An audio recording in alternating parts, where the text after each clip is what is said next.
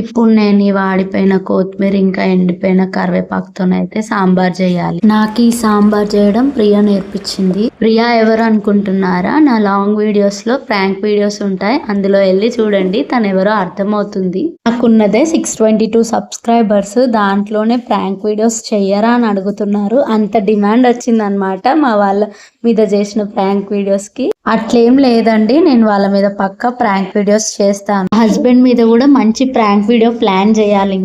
ఇంకా ప్రియా సంపు వాళ్ళ మీద అయితే కొంచెం టైం పడుతుంది, ఇప్పట్లో కుదరదు. సడన్ సర్ప్రైజ్ విజిట్ అయితే చేస్తా. మంచి ప్రాంక్ ఏదైనా ఉంటే కమెంట్ సెక్షన్ లో చెప్పండి, చేద్దాం వాళ్ళ పైన.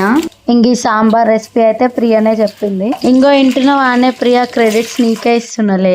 మిగతా వంటలన్నీ నావే, నేను నేర్చుకున్నవే. మ్యారేజ్ అయిన కొత్తలో అన్ని యూట్యూబ్ లో చూసి నేర్చుకున్నా. ఇప్పుడు అన్ని పర్ఫెక్ట్ అయిపోయినా కొత్త వంటలు కూడా ఈజీగా ప్రిపేర్ చేస్తున్నా. ఏ మాటకు ఆ మాట సాంబార్ తో తింటే ఆ తృప్తే వేరు. అండ్ నంచుకోనికి పాపడ ఉంటే ఇంకా మంచి ఉంటది కదా.